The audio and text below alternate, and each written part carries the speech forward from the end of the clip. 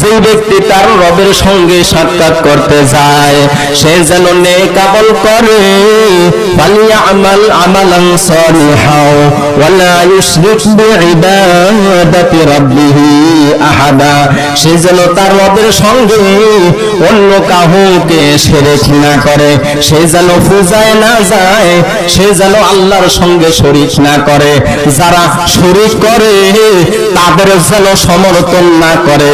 কারণ আল্লাহ পাক তার কোরআনের ভিতরে বলেন, ইন্না শিরকা লা যুলমুন আযীম, নিশ্চয়ই শিরক করা হলো বড় জুলুম। আল্লাহ, যে আল্লাহ আপনাকে সৃষ্টি করলেন, আমাকে সৃষ্টি করলেন, যে আল্লাহ আসমান সৃষ্টি করলেন, জমিন সৃষ্টি করলেন, ওই আল্লাহ আসমানকেও একদিন ধ্বংস করিয়া দিবে, ওই আল্লাহ জমিনকেও একদিন ধ্বংস করিয়া দিবে।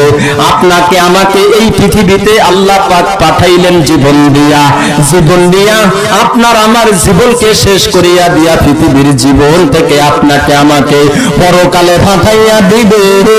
তবে একটা কথা নলেজে রাখতে হবে, কি কারণে পৃথিবীতে আল্লাহ আপনাকে পাঠাইলেন, আপনি আমি কি করতেছি, ফলাফল কি হবে কেউই জানে না।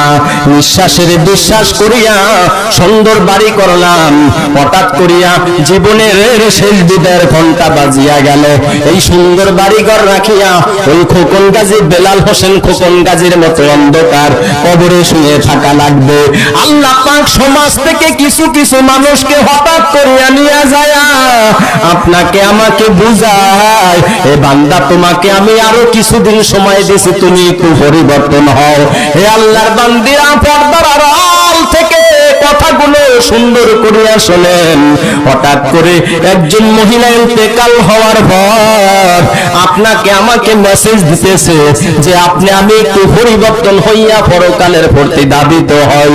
নিঃশ্বাসের বিশ্বাস করিয়েন না, কারণ নিঃশ্বাসের বিশ্বাস করিয়া আমরা জাগা জমিন করি, নিঃশ্বাসের বিশ্বাস করিয়া দেওয়াল দিয়া ঘর করি, দালান করিয়া বিল্ডিং করিয়া ঘর করি, সাবার করি।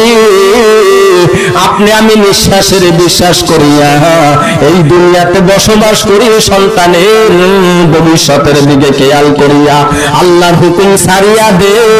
তবে আজকে থেকে মনটাকে নরম করিয়া আল্লাহর প্রতি মহাব্বত রাখিয়া নিজের জন্য কিছু করিয়া যাইবে, কারণ নিঃশ্বাসের বিশ্বাস নাই। যেই বেলাল হোসেন খোকন গাজী যোগ দোকানকে সুন্দর করিয়া গোছাইল, পরিষ্কার পরিচ্ছন্ন করিয়া বিকালে একজন লোককে তার দোকান থেকে সরাইয়া নেওয়ার জন্য বলল, ওই বেলাল হোসেন খোকন গাজী গোসল